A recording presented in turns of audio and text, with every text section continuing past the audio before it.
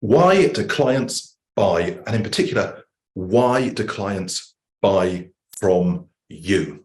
So I'm making this video because I hear so much BS about sales for therapists, sales for hypnotherapists. And most of it is about people trying to push things. So let me get this really clear up front.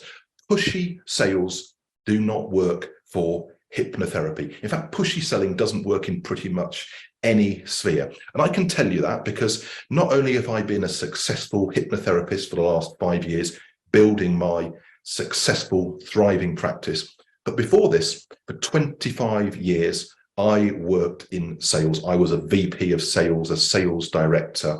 I was a sales coach, a sales trainer, a salesperson, and I sold professional services, high value services to clients doing important work for them, their business, their career. I personally sold more than £2 billion worth of services as a salesperson, let alone what I did in leading big teams, big companies for some of the most trusted, well-known professional services firms in the world. So I understand about sales. I understand what works, what doesn't work, and I have applied that to hypnotherapy. So I get pretty annoyed and pretty frustrated when I see some of the kind of things that people are saying. So first of all, the thing that doesn't work is being pushy, because when you push people away.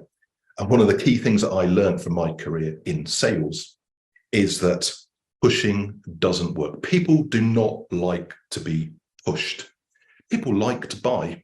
They like to feel they're making a conscious choice and buying from you, but they do not like to be pushed. It doesn't work. And the worst salespeople I ever saw, that I ever employed, were people who were desperate, people who were trying too hard. So let me get that clear. So what are the things that do make a difference? Why do people buy from you? And why will people buy hypnotherapy from you? So the first thing is, of course, they need to feel that you can help them. They need to feel that you can help them. But that's a given.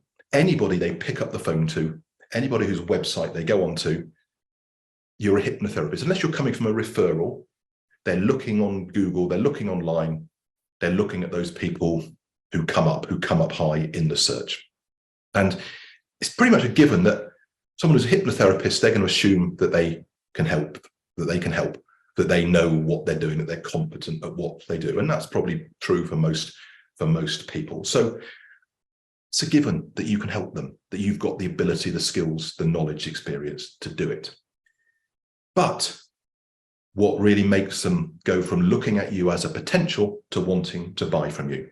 It is three things. First of all, they need to trust you, okay? They need to trust you. People don't trust pushy people.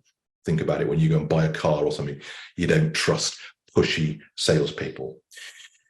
Secondly, they need to feel comfortable with you, because they're going to share a lot of stuff with you. They're going to be in your company, either in person or online, and they need to feel comfortable with you, really able to open up and relax with you.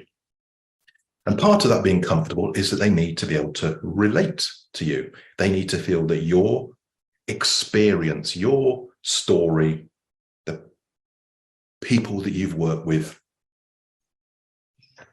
relates to them and their experience. It's not just about your expertise as a hypnotherapist. It is about how well you relate to them, what they're going through, and ideally what you've been through yourself, either as a therapist or in therapy yourself. So that is really, really important.